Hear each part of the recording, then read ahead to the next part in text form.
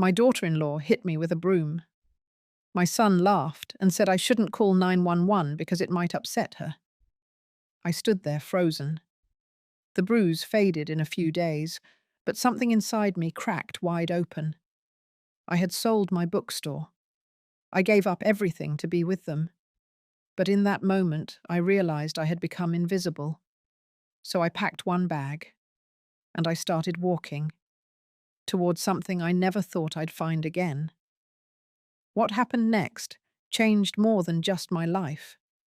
The bookstore had been my life for 40 years. I sold my first novel there.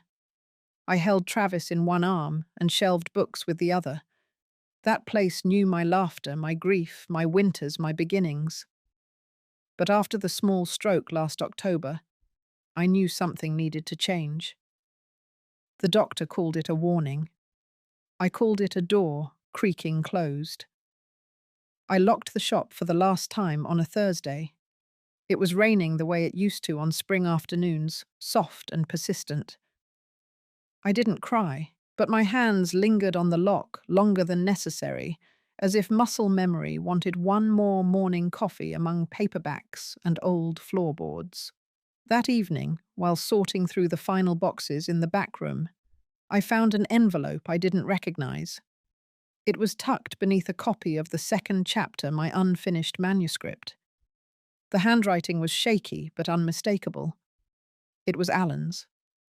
He had written it a few weeks after his first stroke 7 years ago. He must have hidden it here between the lives we built and the ones we dreamed of. His words were simple. If anything ever happens to me, don't keep living for someone else's comfort. You gave me everything. Promise me you'll take what's left of your story and make it yours.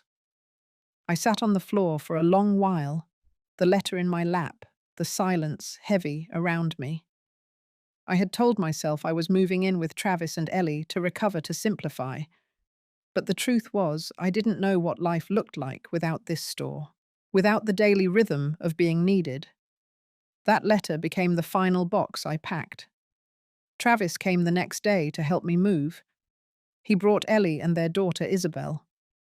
I watched him carry my old typewriter to the trunk, talking casually about his co-worker's promotion. Ellie stood by the passenger door, arms crossed, already scrolling through her phone. Isabel looked up at me and asked if I was sad. I said no.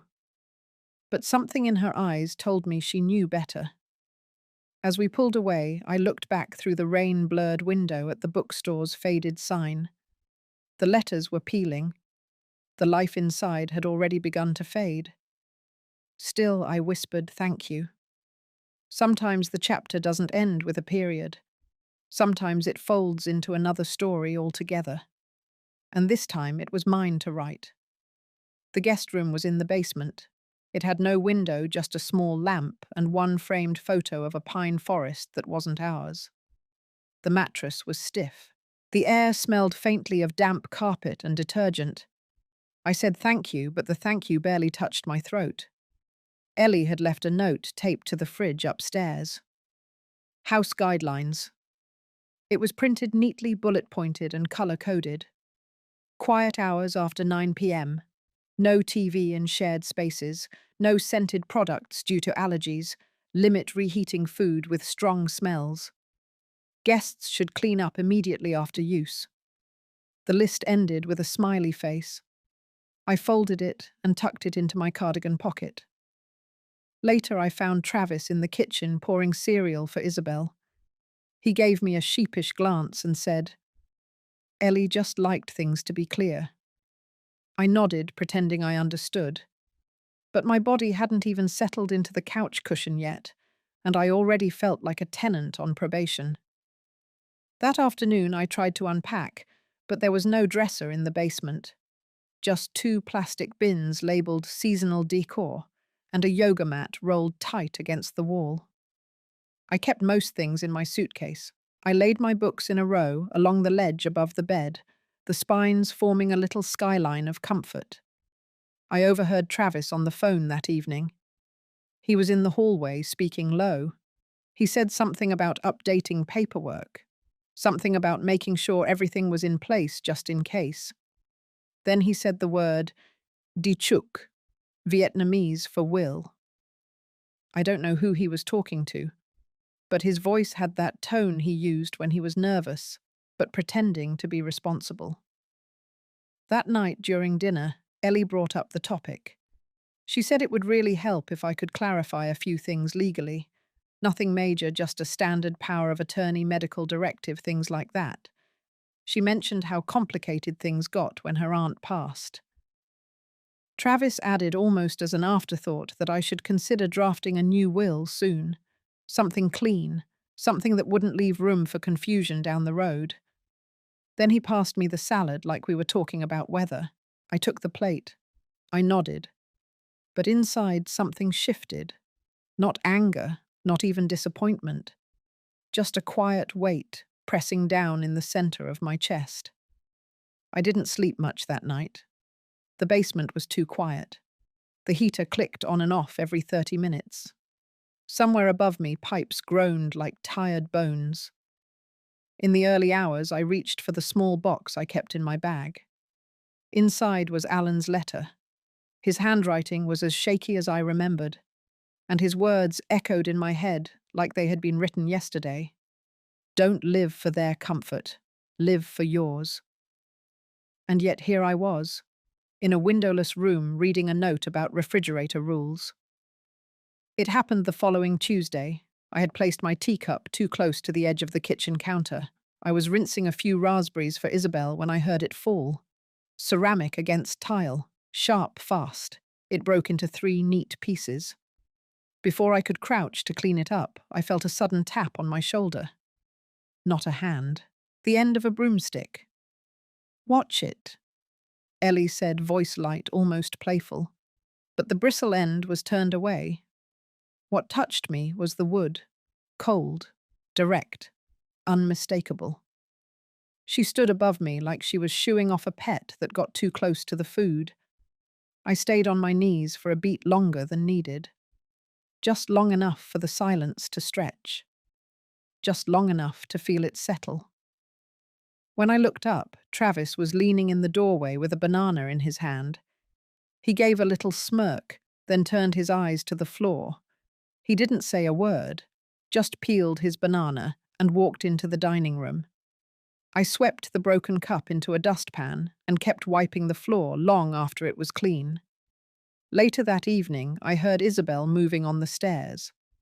I glanced up and saw her halfway down, frozen in place, clutching the railing. She had seen the whole thing. Our eyes met. She didn't speak. Neither did I. From behind her, Ellie's voice rose. She said something cheerful about folding laundry and told Isabel to come help. Then, with a smile that didn't reach her eyes, she added, Grandma's just tired today. She tripped earlier. Clumsy old feet. Isabel hesitated. Then she turned and walked back upstairs, leaving behind a silence heavier than before. I didn't mention the broom. I didn't mention the smirk. Instead, I wiped down the counters and pretended that the cup was old anyway. The next day, a neighbor came by to drop off a lemon tart. Ellie invited her in and made coffee. They laughed in the living room, talking about yoga and middle school admissions. When the neighbor asked how long I was visiting, Ellie responded before I could. Oh, she's helping out with the house while Travis works late. She keeps things running down there. Down there. Not retired bookstore owner, not his mother. Just a quiet helper tucked into a basement. I smiled. I always smile in public. It's a habit you learn when you've spent decades holding back opinions for the sake of family.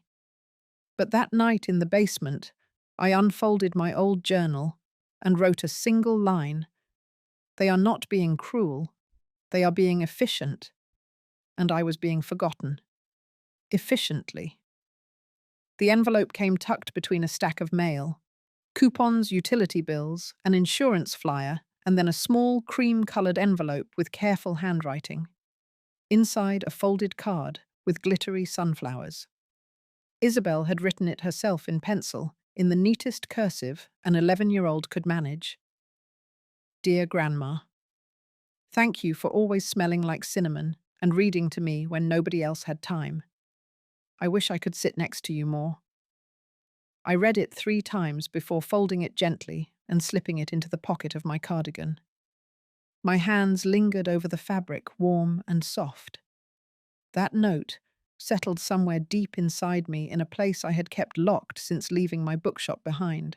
Later that day, Travis called me upstairs.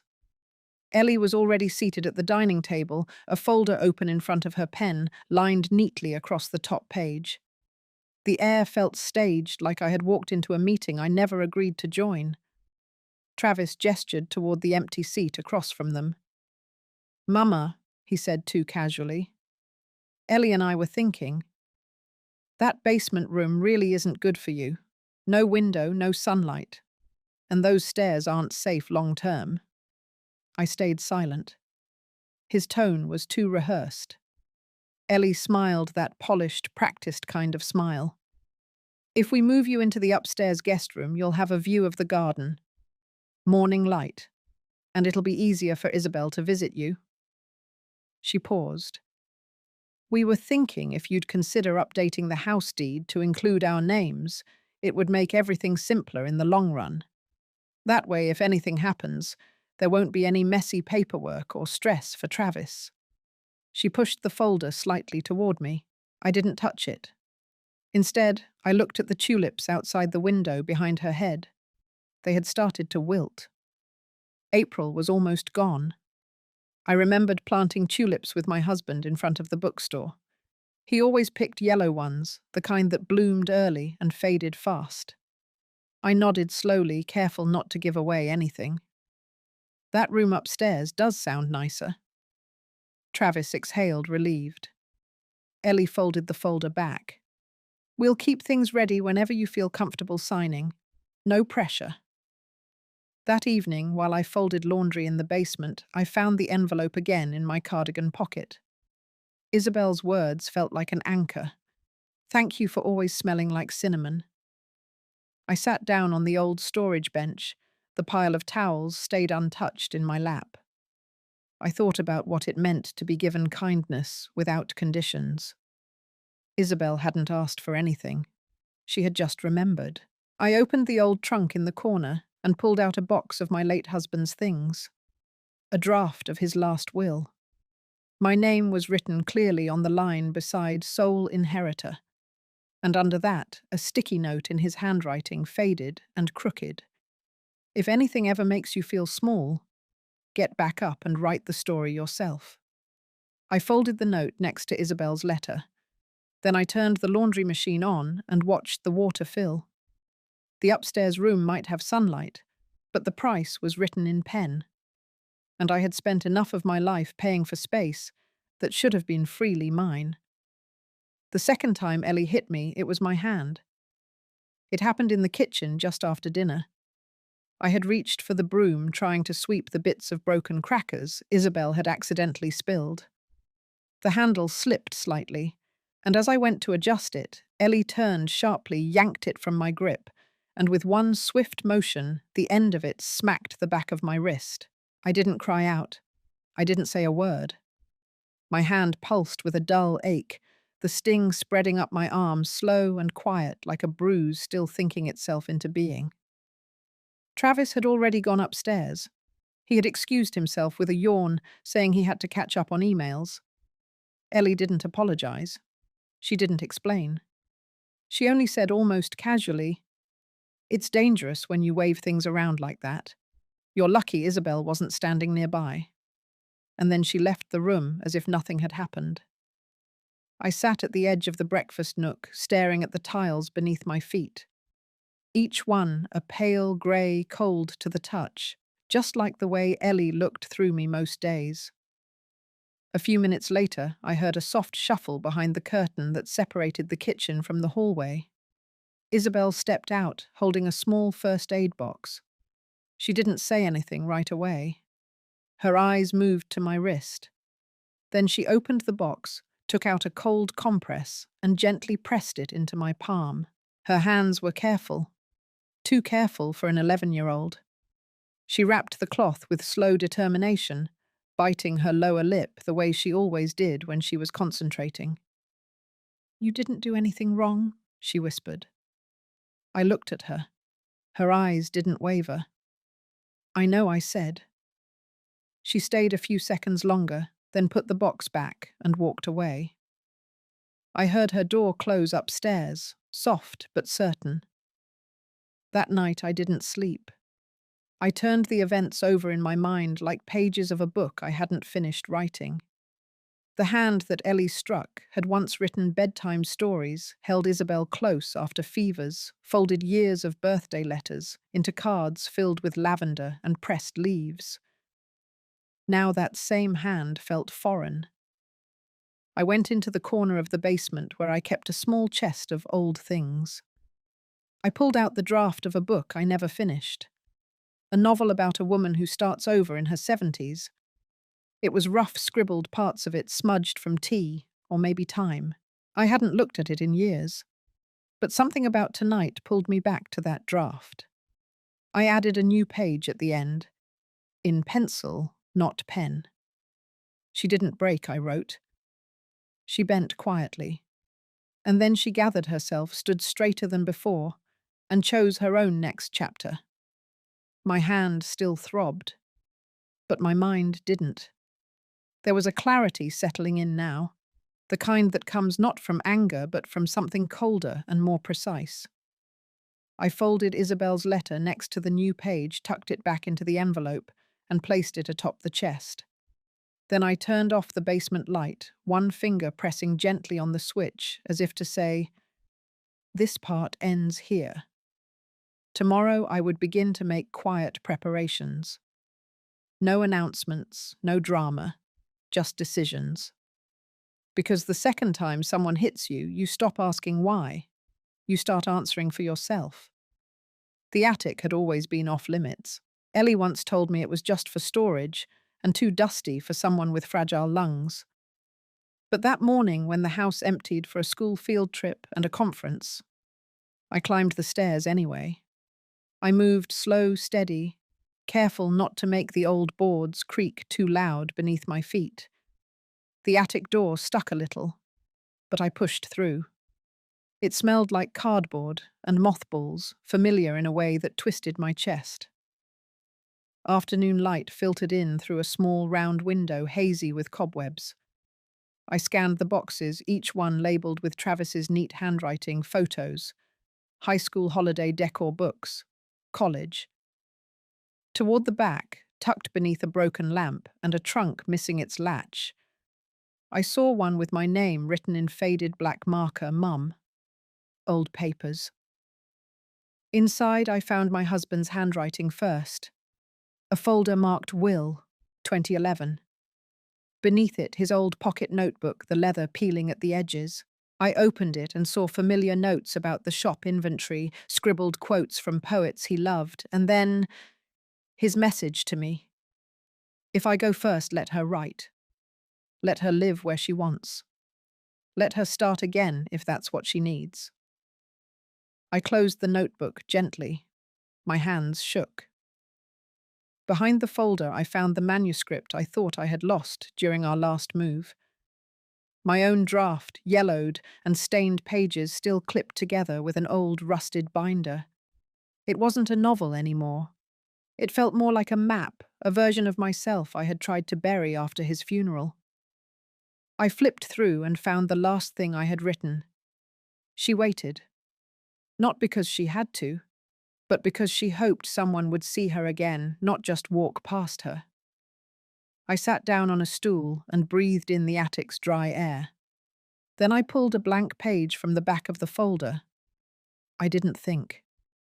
I just wrote. I am not writing fiction anymore. I am writing what is real. About women who are silenced, about women who are labelled burdens, about those who vanish inside their own homes. By the time I finished, my handwriting was tighter, more certain. I placed the new page back with the old draft, slid it into a padded envelope, and tucked it into my bag. That night, Ellie commented on the dust in my hair. I smiled faintly and said I'd been going through some boxes of my husband's things. She looked momentarily surprised, then returned to stirring her tea. Travis didn't look up from his phone. Later in my room, I opened my laptop. The password was still the name of our old bookstore. I created a folder titled The Second Chapter. I scanned the new pages into it, then copied our original deed papers for the house we sold, just in case. When I was done, I folded the letter from my husband and tucked it into my nightstand drawer. No one would know what I was building yet. But something had shifted. I was no longer just someone waiting for kindness. I was a woman in motion, gathering the broken pieces of herself in the quietest room of the house, preparing for something far louder than grief. Tomorrow I would make a call, and the day after I would begin again, not to escape, but to reclaim. It was still dark when I zipped my old suitcase shut. The house slept in silence save for the low hum of the refrigerator. I moved without noise, folding my nightgown and last cardigan into the side pouch. Every movement felt deliberate, like punctuation at the end of a sentence I had taken too long to finish. I didn't write a note. There wasn't a point. Downstairs, I stopped by the hallway mirror. My reflection startled me, not because of age or wear, but because I finally recognized the woman looking back, the one who had been hiding under layers of politeness and deflection. I tucked the collar of my coat, slid my hand across the banister, and took one last step into the kitchen. The moonlight touched the countertop where Ellie's schedule list still hung. Clean fridge, vitamins for mum, lock garage. I gently removed the list and folded it once before dropping it into the trash. I opened the back door. A soft sound behind me made me turn. Isabel. She stood at the edge of the hallway, small frame wrapped in her fuzzy robe, hair tousled. Her eyes were wide but calm. She didn't ask anything. Instead, she stepped closer and held out something small, a bookmark, made from cardboard, hand-drawn flowers, and glitter glue. It read, "I believe you." I took it slowly, pressing it between my fingers like it might disappear. My voice caught, so I just nodded. She stepped forward and wrapped her arms around me.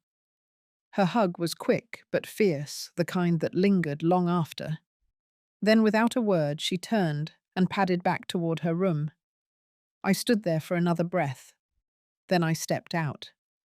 The street was quiet sky, just beginning to pale with morning. I walked to the bus stop 2 blocks down. My suitcase rolled softly against the concrete. No one else was out yet. The air was crisp and cool. I didn't feel nervous. I didn't feel guilty, just clear.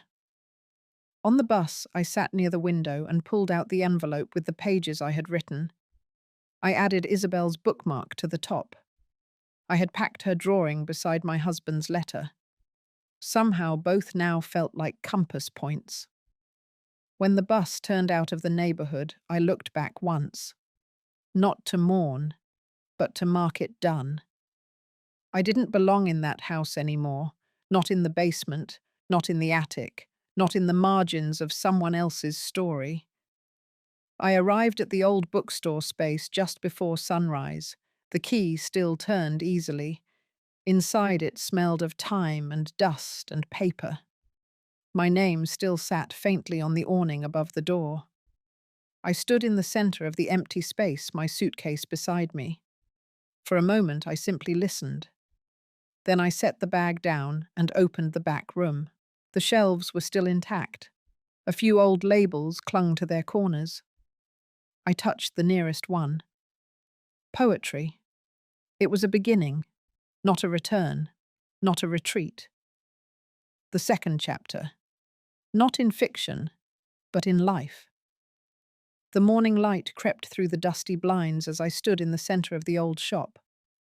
My suitcase was still near the door, but my hands were already busy. I wasn't sorting books anymore. I was sorting purpose. The stillness of the store felt different now. Not heavy, not lonely, just waiting. I started by cleaning the windows one pane at a time. Then I cleared out the back office. There, under a pile of yellowed receipts and forgotten mailing lists, I found the business license with my name still printed across the top. It felt like shaking hands with an old version of myself, one I wasn't ready to let go of after all. By the end of the week, the shelves were scrubbed, the dust gone. I put out a small card table near the entrance, just enough for a coffee pot and a sign that read, "Free coffee. Free ideas." I didn't have many visitors at first. Just one or two older women who peeked in and asked if it was reopening. I told them not as a store, not exactly. They nodded curious. Some stayed for coffee, others left quietly. I let the pace be slow. That Sunday, I reached out to someone I hadn't spoken to in over a year. Her name was Leanne Park. She had once been a customer, but she was also an attorney. I remembered her from the time I almost sold the bookstore after my husband passed. She was the one who'd told me to hold off, to take time before signing anything. I called her office and left a message. She called back that evening. Her voice was warm but direct. She remembered me right away. We met the next afternoon at the folding table. I poured coffee. She didn't ask questions, just listened as I explained what I wanted to build. Not a charity, not just a reading group, a foundation, a space for women, especially older women, who had been ignored, silenced, or made to feel invisible. I wanted to offer something that gave them tools, not just to write their stories, but to protect their lives. Legal guidance, estate planning, resources to understand their rights, support groups for emotional and financial abuse survivors. A place where their voice didn't have to be loud to be heard. Leanne leaned back, crossed her arms and smiled. She said she'd help. No fee, just a promise that I wouldn't give up halfway. That night I wrote the words at the top of my notebook, the second chapter foundation. And underneath, for every woman who thought her story ended with someone else's decision. The following week, a few women came back. They brought friends. One of them asked if she could use the old poetry corner to host a journaling workshop. I cleared the space for her. Another woman wanted to host a talk on setting boundaries with adult children. I nodded. It was all beginning. I set up a small donation jar, not for money, for stories. Little scraps of paper with anonymous notes started to appear. I haven't spoken to my daughter in 5 years. My son took control of my bank account. I miss being called by my first name. I read each one in silence, folded them gently, filed them under hope. By the end of the month, the sign on the window changed. Not closed, not bookstore. It read, "The Second Chapter Foundation." Quiet voices, real power, and underneath a hand-drawn bookmark taped beside it. I knew that handwriting. I had kept the original in my bag. This one was a copy. It still read, "I believe you." And this time I wasn't the only one who did. The call came on a Tuesday morning. A producer from a regional public affairs program had heard about the Second Chapter Foundation through a community referral. She wanted to feature the work we were doing, but only if I felt safe and comfortable sharing my story. I told her I would do it under one condition. I wouldn't show my face. I didn't need to. My voice and the voices of the women who walked through that door were more than enough. The segment aired on a quiet Thursday evening. I didn't even have a television in the shop anymore. But within hours, my phone started ringing. Women from all over the state left messages. They said things like, "I didn't know I was allowed to say no. My daughter says I complain too much, but now I think she just doesn't want to hear the truth." I thought I was alone. I returned as many calls as I could. Leanne offered to help organize a small group for those who wanted to talk more privately. By the weekend, we had over 60 names on a list. Some left voicemails in shaky voices. Some sent handwritten notes. Some just came and stood at the door, looking in with wet eyes before walking away. But they had found the address. That was enough for now. Word travelled further than I expected. A local newspaper followed with a short piece. Then a national blog reposted the video. Within 2 days, the Foundation's website crashed from too many visits. I didn't know that back in the house where I used to live, Ellie was pacing the living room with the TV remote in her hand. The screen showed a blurry shot of the Foundation's front window, and my voice telling a story not mine by name, but familiar enough that Ellie recognized every word. Travis sat on the edge of the couch, staring. She muttered something like, "She's trying to make us look like monsters." He didn't answer. She said louder, "You're going to let her drag our family through the mud." But Travis was still looking at the screen. He didn't see the mess, or the shame, or the headlines. He saw the bookmark, the one that read, "I believe you." And for a moment, he saw something else. His daughter Isabel slipping that very thing into my suitcase, thinking no one would notice. He rose quietly and left the room. Back at the shop, I was folding chairs after a small gathering when Leanne walked in, holding her phone. She showed me a photo from the broadcast, the sign on the window, the coffee table, a shot of me from the back, speaking to a group of women seated in a circle. She said, "You know this is bigger than just a foundation now, don't you?" I didn't reply. I just looked around the room, at the worn carpet, the old shelves, the faces I had come to know, the stack of new submissions for the writing circle. Stories not about revenge, but survival, clarity, peace. I turned back to her and nodded. This wasn't just a second chapter. It was a whole new book. And we were still writing. The calls came every evening around 6. Always the same number. Always silence after 2 rings if I didn't answer. Ellie never left a voicemail. Travis did once. It was short. He said he hoped I was safe, that Isabel had been asking about me.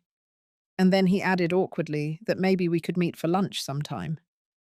I never responded, not because I was bitter, but because I didn't want to lose the clarity I had earned. By then, I was helping women every day, not in grand gestures, but in the quiet, ordinary ways that matter most. There was Angela, a retired teacher who had signed over her apartment to her youngest son and was now sleeping on a friend's couch. There was Maria, who still cooked and cleaned for a daughter-in-law who called her useless. And there was Unji. Unji had come into the foundation on a rainy Tuesday. She barely spoke English and held her purse like it might vanish from her hands. Leanne offered her tea, and I sat with her near the heater in the back. It took us a while using simple words and drawings and gestures, but eventually I understood. She had flown in from Korea 2 years ago to live with her son. She cooked for him, took care of his children, gave up her pension. And when she asked to visit her sister in Chicago, he told her no, that she couldn't go anywhere, that she didn't belong here. Now she wanted to leave, but she had no documents, no income, no voice. That afternoon, I didn't return any calls. I spent the entire day helping Unji fill out forms. With the help of a volunteer translator, we contacted a women's shelter that provided language assistance and temporary housing. We printed copies of her passport and helped her write a letter to the consulate. When we finished, she placed her hand over mine and whispered the only 2 English words she knew clearly. "Thank you." It was enough to carry me through the rest of the week. Later that night, I walked through the quiet space of the foundation. A group of women were folding brochures for our next workshop. Leanne was sorting through a stack of notebooks. I paused by the front window, where we had a small display of used books. In the center sat a copy of the second chapter journal, not for sale, just for reminder, that I had made it out, that others could too. My phone buzzed in my pocket. It was Travis again. This time I didn't even look at the message, not because I didn't care, but because I was already exactly where I was supposed to be. And there are moments when silence is not absence, it is presence. Not every story ends with reconciliation. Some just continue with peace. And that I had finally learned was more than enough. One afternoon, while I was reviewing intake forms in the quiet corner of the foundation, Leanne walked over with a small envelope in her hand. It had no return address, just my name in a child's handwriting. Inside was a thin booklet, folded paper stapled together. On the front, in uneven blue ink, were the words, Chapter 1.5, by Isabel Lindell. My chest tightened before I even opened the first page. It wasn't a story, not really. Just short paragraphs drawn with little sketches in between. A sun through a window. A woman on a couch reading. A figure standing alone in a room. But the words held more weight than many books I'd read in my life. She wrote about the night she watched me packing my bags. How she wanted to say something but didn't know if she was allowed. She wrote about how the house felt colder after I left. How her mom said I was just being dramatic. And how that didn't feel true. She remembered the night Ellie raised her voice, and I stood silent. She wrote that she didn't know why adults acted like that, but she hoped she would be different. At the bottom of the last page there was a single drawing, a bookmark, the same one she had left in my suitcase weeks ago, and next to it, written carefully, I still believe you. I sat there for a long time holding that booklet in both hands. The paper soft and a little wrinkled, like it had been opened and folded again and again. It wasn't just a note from a child. It was a thread of hope. Proof that something I did reached someone, that silence wasn't empty. Later that week, I placed a small envelope in the outgoing mail tray. Inside, I tucked a fresh notebook and a short letter. I told Isabel I had read every word. I told her I was proud of her voice. And I told her to keep writing, not for anyone else's approval, but because her voice mattered. When I returned to my desk, I looked at the framed cover of our foundation's first publication, but now hanging on the wall. Below the title, in small print, were the words, written by those who were told to be quiet. It reminded me why I started all this, not to be heard louder, but to remind women and girls like Isabel that their truth didn't have to wait for permission, that their second chapter could start whenever they were ready. And sometimes it began with something as simple as picking up a pen. The bell above the shop door chimed gently. It was late afternoon sunlight spilling through the windows in long, quiet lines. I didn't look up right away. I was organizing a box of donated books, most of them old paperbacks that smelled of dust and warm attic air. Then I heard her voice. "Hi, Grandma." I turned, and there she was. Isabel stood in the doorway, holding something in her hand. She had grown taller in just a few months. Her hair pulled into the same messy braid I used to help her with before school. Her eyes were a little unsure, but her feet stayed planted. She didn't run. She didn't hide. She walked up to me and opened her palm. Inside was the bookmark, the same one she had slipped into my suitcase when I left her house. I held my breath, but she spoke before I could say a word. I kept it with me. I thought, maybe one day I'd give it back. She didn't say why. She didn't have to. I knelt down and opened my arms. She stepped into them, and I wrapped her tight against my chest. I could feel her shoulders relax as she rested her head on me. It wasn't the same kind of reunion you see in stories. There were no big speeches, no dramatic music, just quiet, real. When we pulled apart, I told her she could stay for a while. I had tea brewing in the back and a whole stack of books that needed sorting. She nodded, and we walked toward the back room together. As we passed the bookshelf near the window, she glanced at the Foundation's mission plaque on the wall. Her fingers brushed the edge of it before she turned and smiled at me. That smile felt like the first line of something new, and as we settled into the afternoon, I realized this chapter wasn't ending at all. It was simply turning a page. If you've ever felt like your voice was dismissed, like you had to stay quiet to keep the peace, then maybe you understand what Marjorie carried. Her journey is one of many, but perhaps it echoes something in you too. What does your second chapter look like? When did you last feel heard? If this story stayed with you, I'd love for you to share it because someone out there might be waiting to find their voice through yours. Thank you for listening. Thank you for believing.